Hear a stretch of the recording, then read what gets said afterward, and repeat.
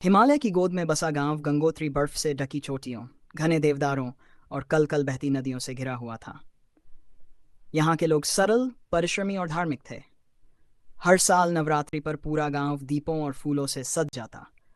आंगन में रंगोलियां बनती, मंदिर में नए वस्त्र चढ़ाए जाते और डोल नगाड़ों की गूंज दूर दूर तक सुनाई देती। इस वर्ष नवरात्रि का पहला दिन विशेष था क्योंकि लोग माता शैलपुत्री की आराधना बड़े उत्साह से करने वाले थे। सुबह का समय था।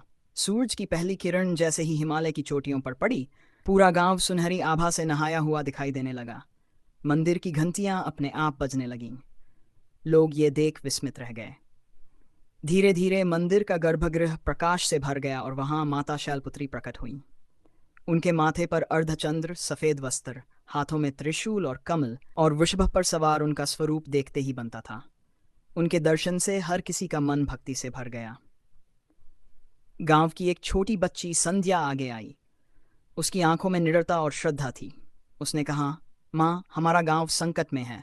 धारा सूख गई है, खेत बंजर हो रहे हैं, जानवर प्यास से मर रहे हैं। हमें आपकी शरण चाहिए। माता ने मुस्कुराकर उसके सिर पर हाथ रखा और कहा, बेटी, याद रखो, मैं तुम्हारे साथ हूँ। परंतु कठिनाइयां केवल मेरे आशीर्वाद से नहीं मिटती। साहस और एकता से कार्य करना ही सबसे बड़ी पूजा है। संध्या के मन में विश्वास जागा। उसने गांव वालों से कहा, हम सब मिलकर धारा का मार्ग खोलेंगे। माता ने हमें साहस दिया है, हमें हार नहीं माननी चाहिए। लोग और जानवर साथ हो गए। ये दृश्य अद्भुत था। मनुष्य और पशु मिलकर कठिनाई का सामना करने निकले थे। पहाड़ की ओर जाने का मार्ग कठिन था। ऊंचे पत्थर, बर्फ की फिसलन और घने जंगल रास्ते में बाधा बने। हाथियों ने अपनी सूंड से बड़े पत्थर हटाए। बैल और घोड़े सामान ढोकर ले गए। बंदरों ने पैरों से बेलें तोड़ी और उन्हें रस्सियों की तरह इस्तेमाल किया। खरगोश और गिलहरियां मिट्टी खुद छोटे छोटे रास्ते बनाने लगे। पक्षी आसमान में उड़ते हुए सही दिशा बताते रहे। कई दिनों की कठिन यात्रा के बाद वे उस जगह पहुंचे जहां धारा रुक गई थी। एक विशाल चट्टान पहाड़ से गिरकर पानी का मार्ग बंद कर चुकी थी। लोग थक चुके थे। किसी ने कहा, इतनी बड़ी चट्टान को हटाना असंभव है। संध्या ने सबको याद दिलाया, माता ने कहा था कि साहस ही पूजा है, हमें प्रयास करना होगा। सबने मिलकर काम शुरू किया। हाथियों ने चट्टान को सूंड से धक्का दिया। बैल और घोड़े ने रस्सियों की तरह बांधी गई बेलें खींची। बंदर ऊपर से कूदकर मार्ग साफ करने लगे। बच्चे मिट्टी हटाने लगे। पक्षी आकाश से संकेत देते रहे। लेकिन घंटों मेहनत के बाद भी चट्टान टस से मस न हुई। लोग निराश हो गए।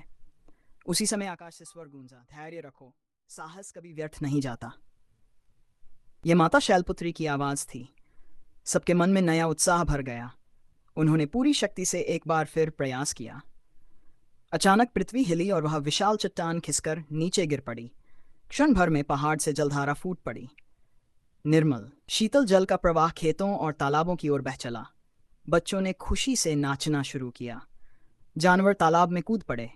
खेत पानी से लहलहा उठे। गांव में उल्लास छा गया। उस शाम मंदिर में भव्य आरती हुई। दीपों की कतारें जल उठीं। फूलों की वर्षा होने लगी। डोल नगाड़ों की गूंज आकाश तक पहुंच गई। लोग गाते हुए माता की जयकार करने लगे। जय शैलपुत्री माता। संध्या ने माता की मूर्ति के सामने कहा, माँ, यह आपकी कृपा और हमारी एकता का परिणाम है। माता का स्वर गूंजा, जब मनुष्य और प्रकृति एक हो जाते हैं तभी चमत्कार होता है। गांव वालों ने प्रण लिया कि हर नवरात्रि पर वे पूजा के साथ किसी सामूहिक कार्य में भी जुटेंगे।